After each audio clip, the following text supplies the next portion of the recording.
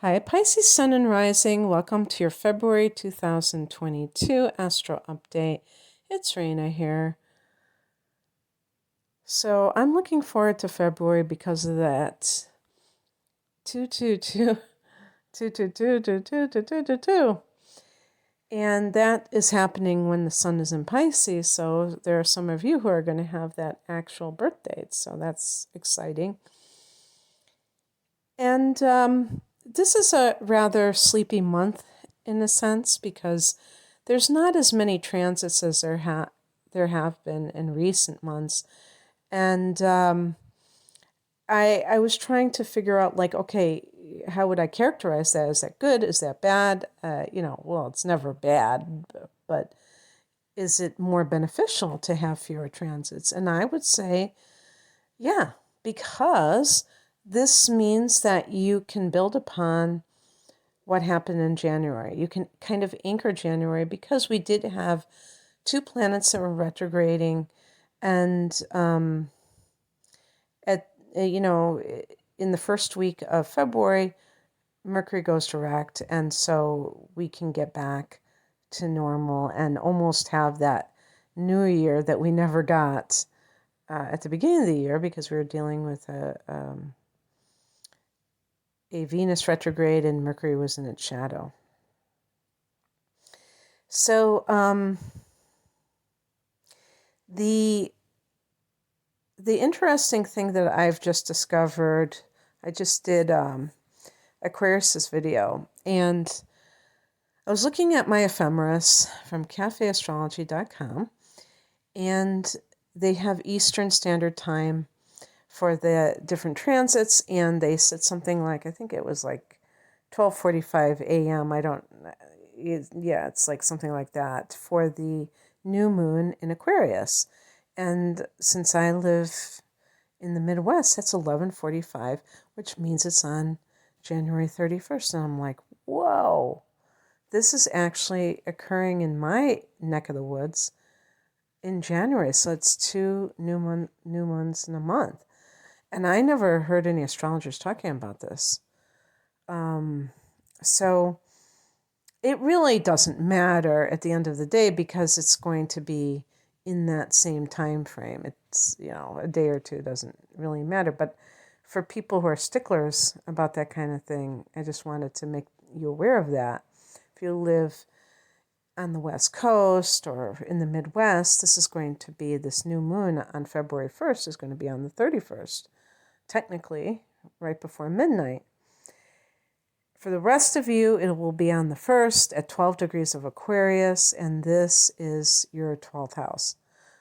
Pisces rules the 12th house. So this is compatible with you, familiar territory, and I still think that you can have,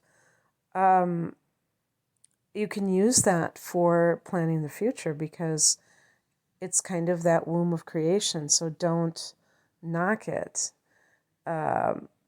as moving forward because it can be still a time for you to plant seeds of intention.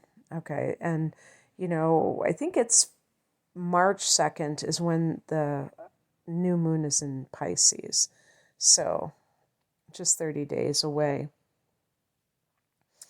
So new moon in the 12th house can be anything connected to the spiritual side of things, maybe a new routine, new yoga center or classes, whatever, things like that. New habits that support you that are, if you're giving up alcohol or any kind of other addiction. 12th house is about addictions. So this can be working with it positively and moving forward. And then on the 3rd, Mercury stations direct at 24 degrees of Capricorn. And this is your 11th house. So Mercury has been in that 12th and 11th houses. And I don't know if this is true for you, but it could have been that you have looked at how your, I'm seeing the Nine of Swords in my mind, how your self-defeating patterns, thought patterns, keep you from fulfilling your dreams. The 11th house is a house of hopes and wishes. So reflecting on this, and while Capricorn is direct in this house, you can start to really think constructively moving forward. Retrogrades are for reflection, and then when it stations direct, it's very powerful when it stations direct or retrograde, because you're going to see it like it's almost like frozen in time. And this is, it's kind of like when you're on a journey and you decide to turn back. Have you ever taken a walk and you're like, okay, that's it, I'm not going any further.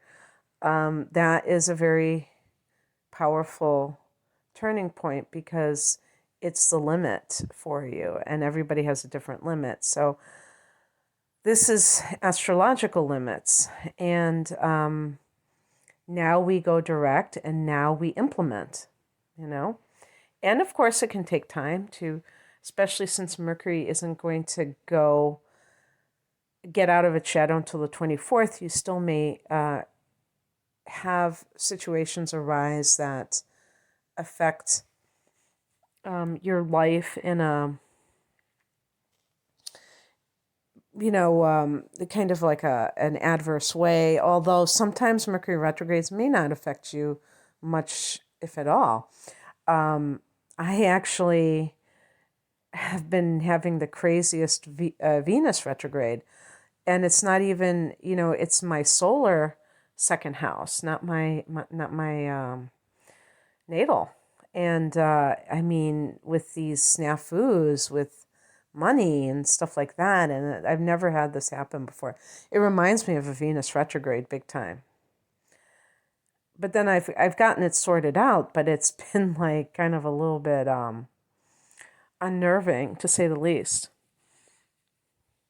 So I do believe that these things can happen, but how they really shake out isn't, so specific to a person.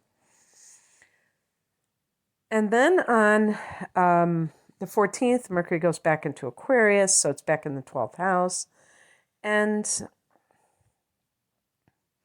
this to me is a great time for meditation. So when Mercury is retrograding in this house, it was a great time to reflect upon how you hold yourself back, and now it's time to, do practices that work with the mind in a way that makes the mind your friend, and that tames the monkey mind, the thoughts that are racing. I think that technology is a big theme here with Aquarius energy, because it rules technology.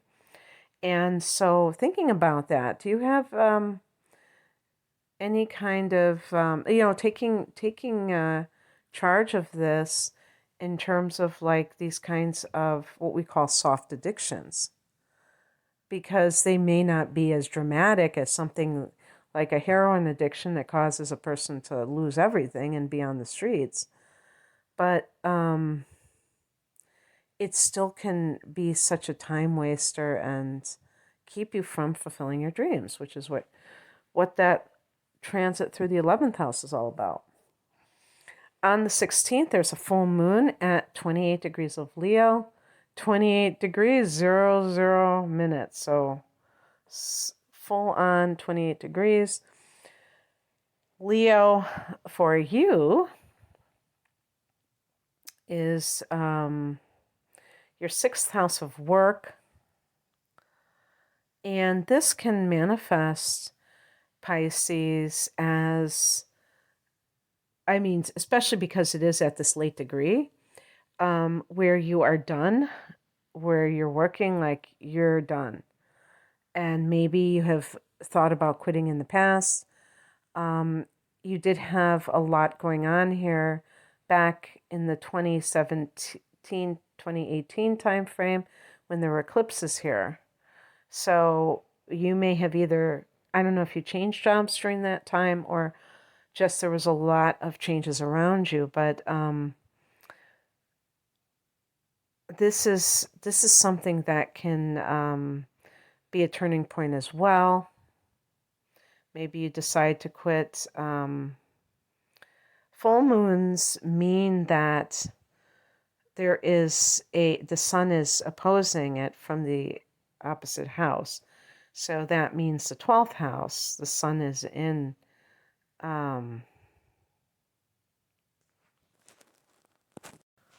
that late degree of Aquarius, ready to go into Pisces. And in that 12th house, the sun can really shine a light on some of these unconscious patterns. So it may be, if you've had problems with coworkers or the work itself, this may be the final straw for you. Also, another interesting possibility is that the 12th house can be hidden enemies. So the spotlight could shine on your hidden enemies, and they might be coworkers. Don't want to inject paranoia into you, but when you know, you know. If you already suspect it, that might be when you really find that out.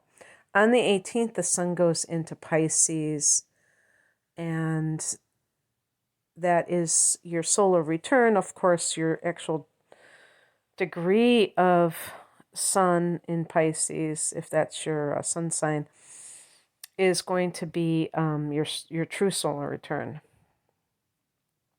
which may not be on the exact date of your birth, just to let you know.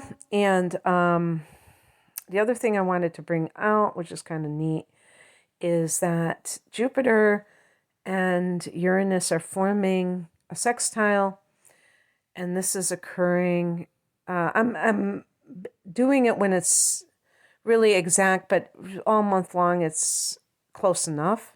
So this could be a lucky month in general, but not just, oh, this is a nice month. It just kind of like one of these things where things can happen when you least expect them, kind of like happy surprises.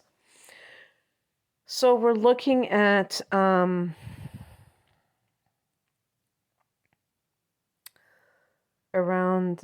the 17th. I'm just talking about the 11 degree mark, 17th until the 20th or 21st. So 4 days, 5 days. And then, like I said, it's going to be within orb for the rest, the whole month. So that's just kind of nice. That's a nice angle. And the other thing that I was pointing out is that the North Node is trining whatchamacallit, the Pluto. And the exact trines are going to be the 11th and 12th at 27 degrees, but it's only like a couple of degrees difference, even from the, let's see, the 9th until like the 14th. So that period of time can be very good for healing, where it comes easily to you. Oh, I'm sorry. I think I was looking at Mercury. Actually, if we just give a tight orb of 2 degrees, we could say that's happening pretty much all month, for the majority of the month, or at least until the 27th. But the exact degrees, I always like to just talk about exact degrees because they seem faded. The 6th of February until the 16th, so that's a 10-day. But like I said, even beyond that, there's still just 1 or 2 degree difference. So how I view this is that because a trine is the easiest manifestation of something, um, I feel that the North Node is where we're meant to be at this juncture in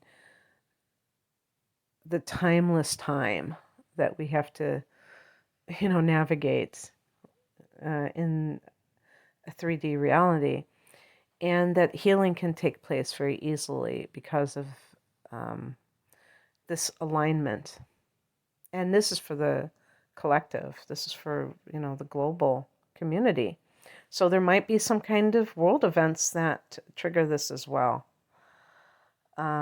But anyway, that's what I have for you, Pisces. I hope you have a wonderful birthday for those of you born at this time. And I also hope that all of you have a great month. Take care. Bye. If you want a personal reading, the link is below. Bye.